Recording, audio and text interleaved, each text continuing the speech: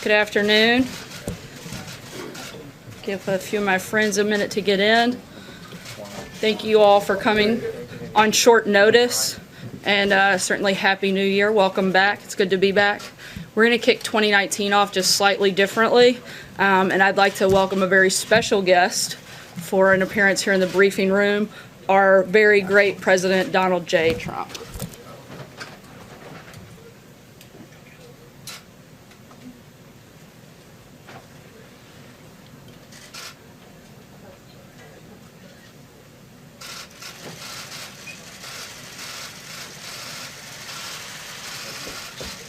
Hello, everybody. It's a beautiful place. I haven't seen it. Beautiful place. Happy New Year. Happy New Year to everybody. Well, thank you very much. I appreciate that. Thank you. I just want to start off by congratulating Nancy Pelosi on being elected Speaker of the House. It's a very, very great achievement. And hopefully we're going to work together and we're going to get lots of things done like infrastructure and so much more. I know they want to do that very badly. So do I. So hopefully we're going to have a lot of things that we can get done together, and I think it's actually going to work out. I think it'll be a little bit different than a lot of people are thinking. So I congratulate Nancy. Tremendous, tremendous achievement. And I just wanted to explain to folks that I'm with on the dais, people I've known very well over the last 2 years, people that have been extremely supportive of what we're doing on the border. They're tough, they're smart, they think, they love our country, they have every quality, and I'll tell you what, I really know them well, and they have the kind of qualities that we need in our country, and they've done a fantastic job at the border. It's ICE and it's Border Patrol, and a man who's really become a friend in a sense, Brandon, I will say this, Brandon Judd has been a stalwart in terms of justice for people, in terms of fairness, and in terms of the toughness you need. You have some pretty tough situations. It doesn't get much tougher. So I just want to thank Brandon and all of the folks. I'm going to have them introduce themselves right now and also say a few words about the wall, about, you can call it a barrier, you can call it whatever you want, but essentially we need protection in our country. We're going to make it good. The people of our country want it. I have never had so much support as I have in the last week over my stance for border security, for border control, and for, frankly, the wall or the barrier. I have never had anything like it in terms of calls coming in terms of people writing in and tweeting and doing whatever they have to do. I've never had this much support, and we've done some things that, as you know, have been very popular. So I'm going to ask Brandon Judd to just step forward and say a few words. This group has apprehended last year 17,000 criminals trying to get across the border. 17,000. And that's one category. There are plenty of others. The other thing that has been so incredible is what they've done in terms of drugs and stopping drugs. And with that, and with everything else, plenty, unfortunately, come through our southern border. But I'm going to ask Brandon to come up, say a few words, and maybe introduce our friends and some very brave people. Brandon, please. Thank you. Thank you, President. We really appreciate all the support that you've given the Border Patrol. We appreciate the support that you've given ICE. My name is Brandon Judd. I'm the president of the National Border Patrol Council. I've been a Border Patrol agent for 21 years. I can personally tell you from the work that I have done on the southwest border that physical barriers, that walls actually work. You hear a lot of talk from the expert that there are experts that say that walls don't work. I promise you that if you interview Border Patrol agents, they will tell you that walls work. I worked in Naco, Arizona for 10 years. We didn't have physical barriers in Naco, and illegal immigration and drug smuggling was absolutely out of control. We built those walls, those physical barriers, and illegal immigration dropped exponentially. Anywhere that you look where we have built walls, they have worked.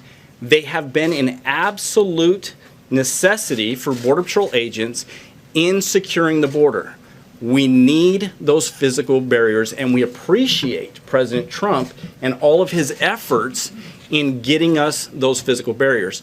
There's also a lot of talk on this shutdown that federal employees do not agree with the shutdown. I will tell you that's not true. And with that, I'd like to introduce Art Del Cueto. He is the Vice President of the National Border Patrol Council. He's also a longtime Border Patrol agent out of the Tucson sector, and he'd like to say a few words about the shutdown. Thank you. Thank you, everybody. Once again, my name is Art Del Cueto. I am a Vice President with the National Border Patrol Council. And I want everybody to take the time to understand what's going on. We are all affected by this shutdown. We have skin in the game. However, it comes down to border security. And we are extremely grateful to President Trump, and we fully support what he is doing to take care of our nation's borders, to take care of the future of this United States. It has nothing to do with political parties. You all got to ask yourself this question. If I come to your home, do you want me to knock on the front door, or do you want me to climb through that window? We fully support the president and all his efforts to secure our nation's borders. Thank you very much. I appreciate it. Hello, everyone. My name is Hector Garza. I'm the Vice President of the National Border Patrol Council. I am also a Border Patrol agent of the Texas border. I just want to talk about some of those criminals that Border Patrol agents apprehend on a daily basis. We're talking about murderers, rapists, people that commit very serious crimes in this country. ICE has been doing an amazing job in deporting a lot of these people back to their countries.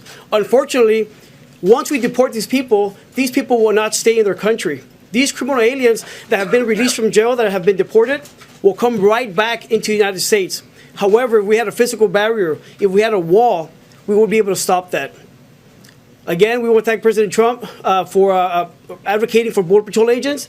And again, we ask our congressmen to fund border security and fund the border wall. Thank you. So this meeting was set up a long time ago. It just came at a very opportune time, and I thought we were all sitting in the Oval Office working on different plans and different ways of stopping the problems that we have in our country. And other countries have problems, but nobody like ours. The economy makes it even more so. The economy is bringing people in because we're doing so well with the economy. Unemployment is now 3.7%, and that's among the lowest we've ever had, lowest in 50 years. And among certain groups, it's the lowest historically. So I just appreciate them being here. I said, let's go out, see the press. You can tell them about the importance of the wall. They basically said, and I think I can take the word basically out, without a wall, you cannot have border security. Without a very strong form of barrier, call it what you will, but without a wall, you cannot have border security. It won't work. You see what's just been put out on social media where thousands of people are rushing the border. Having a drone fly overhead, and I think nobody knows much more about technology, this type of technology certainly, than I do. Having drones and various other forms of sensors, they're all fine, but they're not going to stop the problems that this country has. We've never had more people wanting to come to the United States, and that has to do with the economy and has to do with a lot of other things. We're doing great as a country, but the better we do, the more people want to come in. So, folks, I just want to thank you very much. It's an honor to be with you, and I'm glad you came. I'm glad we came out here.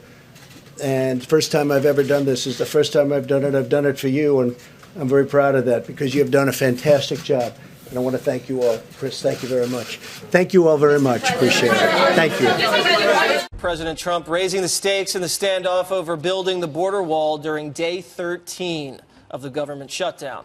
The president appearing in the White House press briefing room surrounded by immigration and law enforcement officials to say he's not backing down. Those same officials supporting the president's call for more border security. The stalemate over money for the border wall set to intensify with Democrats retaking control of the House.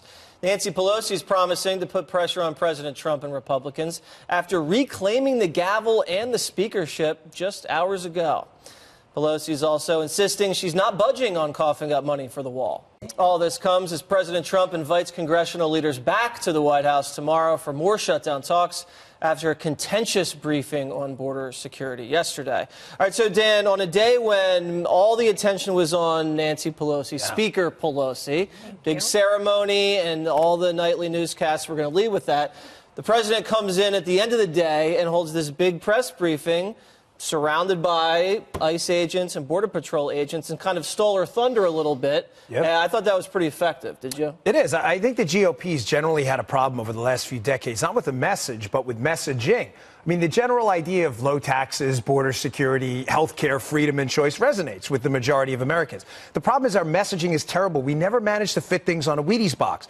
In other words, everything, we go to like a methadone clinic and we're talking about 401ks and the Laffer curve.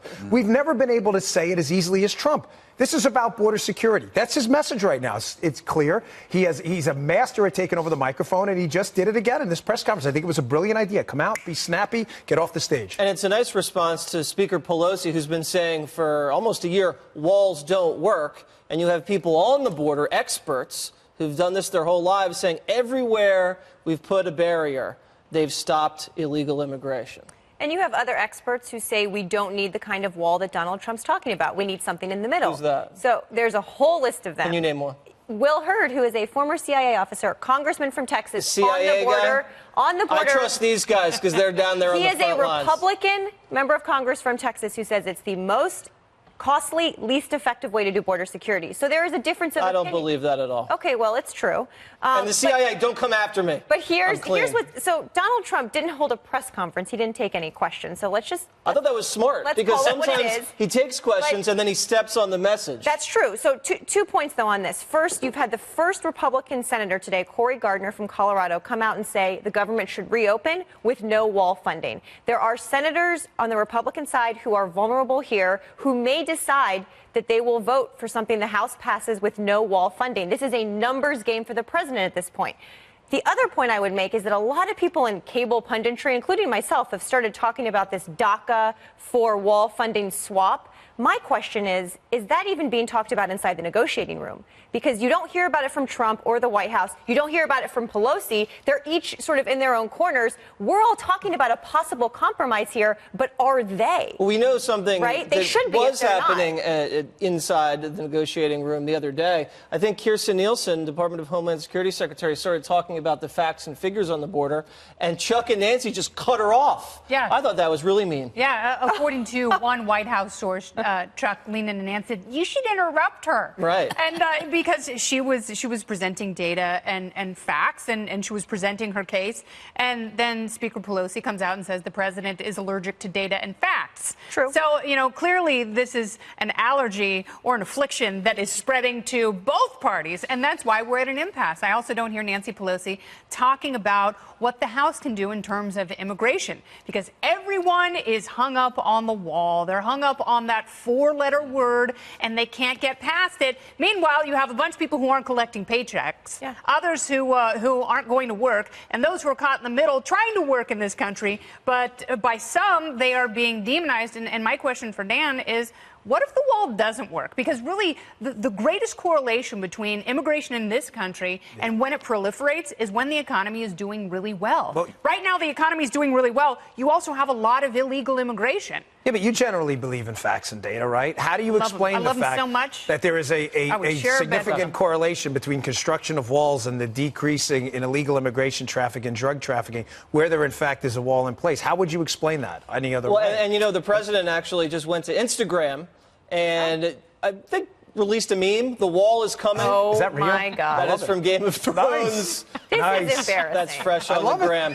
Let's go to Greg for the big picture. Greg, I know you've been watching this all day. And that is a big picture. That is a big picture. I look at it from as part of the media, we are living in Donald Trump's restaurant, right? Because around 4:30, he says, there's not enough Trump on your pizza. There's not enough Trump in your soup. So he leaves the kitchen and he comes out and puts more Trump on your plate, which is what he did at 4:30, which helps galvanize the media, and then everybody reacts, responds. But here's what I want to think about. The real threat to security is a rhetorical device, conflation. Okay? If you think about the four areas of security: border, terror, crime, and let's say home protection, guns. Okay? Those are the four areas. In each one of those cases, there's the device that is used to prevent any kind of improvements in that area is conflation.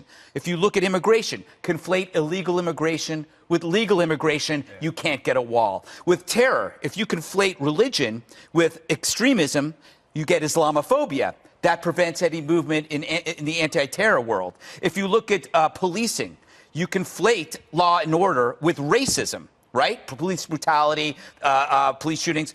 And then when you look at the Second Amendment, you conflate gun crime with actually gun ownership. So this is a tactic used by the left that is effective in every area of security. And it's probably most glaring here because we see that they both agree on the same thing. They both want border protection, but one won't budge because they're conflating it with bigotry. It's like, oh, you want a wall?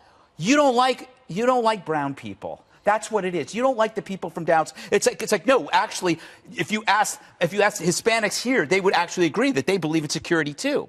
But that conflation is what is destroying every debate.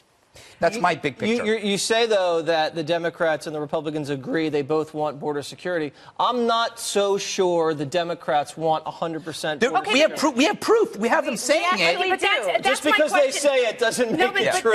That's my question, and I want someone to pose that to Chuck Schumer. Why was that okay in 2006, but it's not okay now? Why were you okay designating $46 billion for the kind of border security that everyone is talking about 12 or 13 years ago now, but you're not okay with what has changed? Well, if you're a reporter on Capitol Hill, take that question from Kennedy and then ask crying Chuck Schumer. Maybe we can get an answer, and then we can find out the truth. But we got to run, all right? I was just going to say, what has changed from the Senate bill that passed 100 to nothing under the last Congress that had no wall funding?